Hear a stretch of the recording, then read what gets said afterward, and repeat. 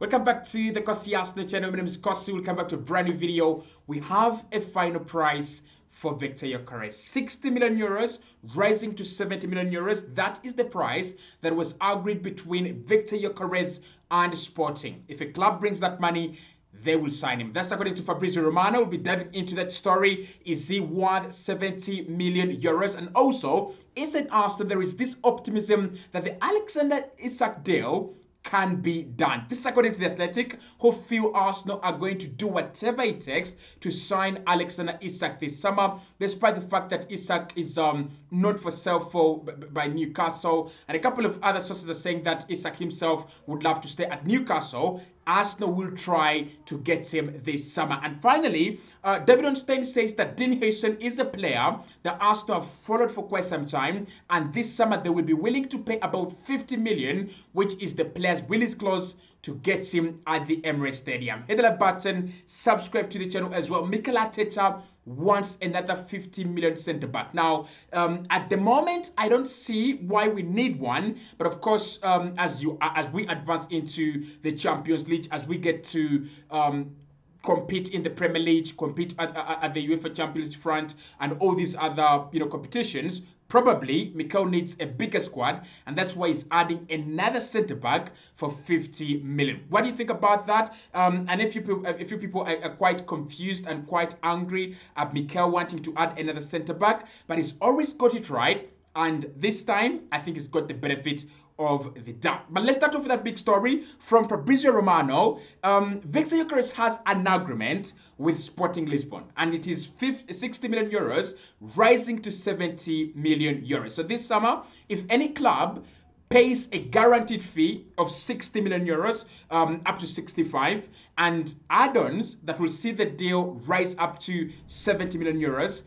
the player will be allowed to leave. Now, yesterday, Viktor Gyokerez scored another hat-trick, and that hat-trick meant that he's now 6 hat-tricks this season, 58 goals and assists in this campaign. Remarkable numbers, absolutely insane numbers for such a player. And I know a few people have got reservations about players playing in Portugal, especially strikers. Can he come and replicate the numbers? Can he come and do the job? But 58 GAs, that is goals and assists. That is defining the Arsenal problem.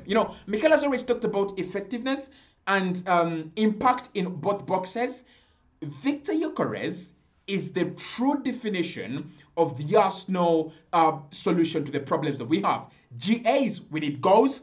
Viktor Gyokerez scores goals. We need creativity. Viktor Gyokerez creates chances for others as well. But one thing I want to say is big up to Romano. He's been quite very relentless with this story. 60 million euros for me for Viktor Gyokerez is a steal. I've said this before, and I'll say it again. It is an absolute steal. And I'm not saying this because Arsenal are in the driving seat and we are the priority for Viktor Gyokerez. I'm saying this because at any point in time, if you want a striker, you want one that can bang in 30 goals a campaign, the one that can get you 35 goals and assists in a single campaign, and that is Viktor Gyokerez. And if we look at the strikers and the profiles that have been signed in recent years, and the numbers that these players are scoring and the prices, this is an absolute steal. Think about Julian Alvarez to Atletico Madrid. He was signed by Andre Bata, 90 million. I mean, 90 million for Julian Alvarez. He was not proven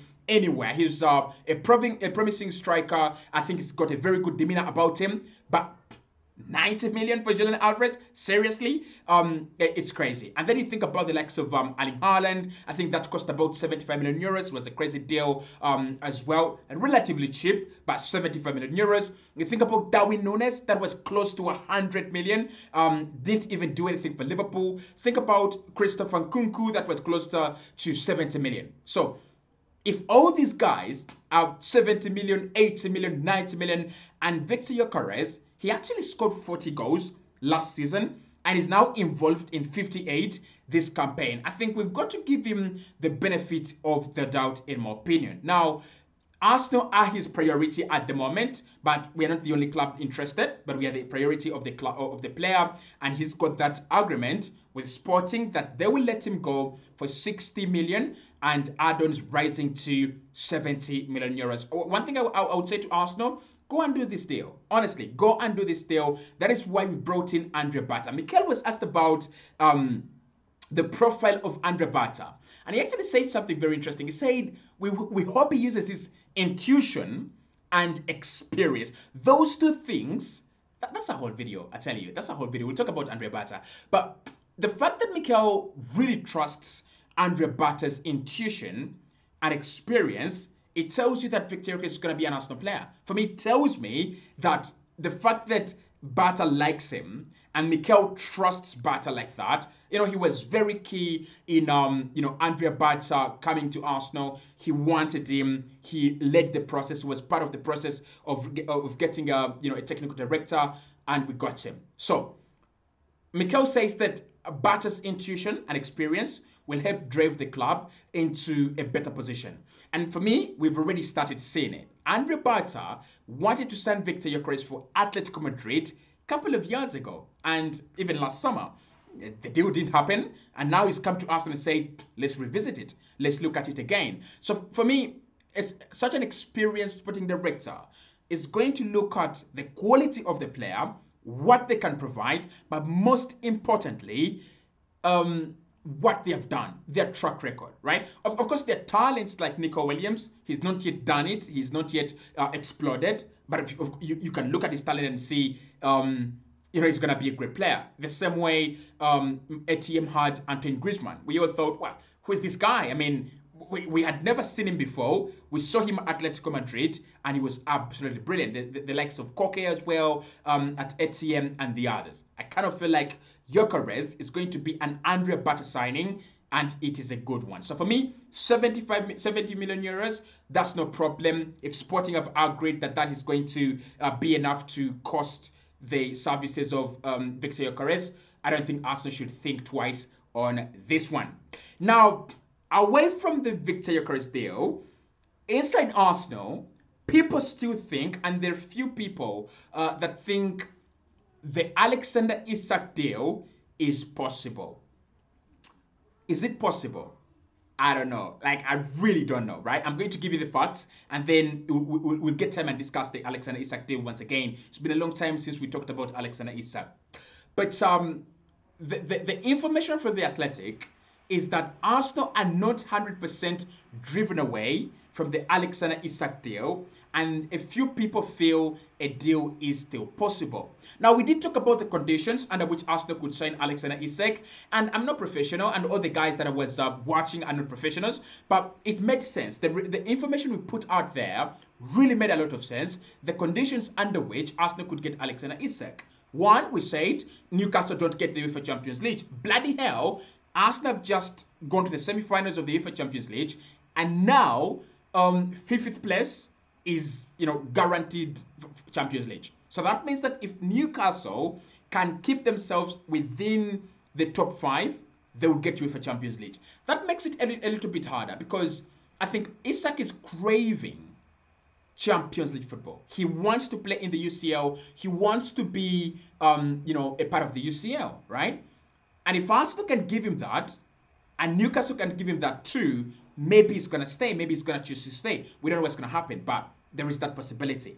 The second condition, Arsenal break the bank. Now, we've been told that Arsenal want to break the bank this summer, get a big paycheck, a big check for Mikel Arteta to splash around. But Alexander Isak is going to cost upwards of 120 million. Arsenal going to spend that?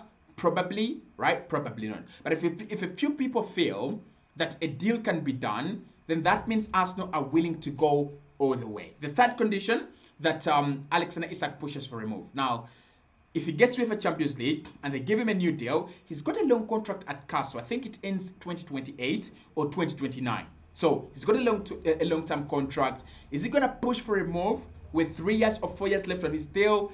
That would be crazy. If it was like 2 years, maybe. But 3 years left on his deal, I don't see him push for a move. So I don't know why inside Arsenal, people feel a deal can be done, but that is the feeling. However, Mikel has said that we can attract any player this summer.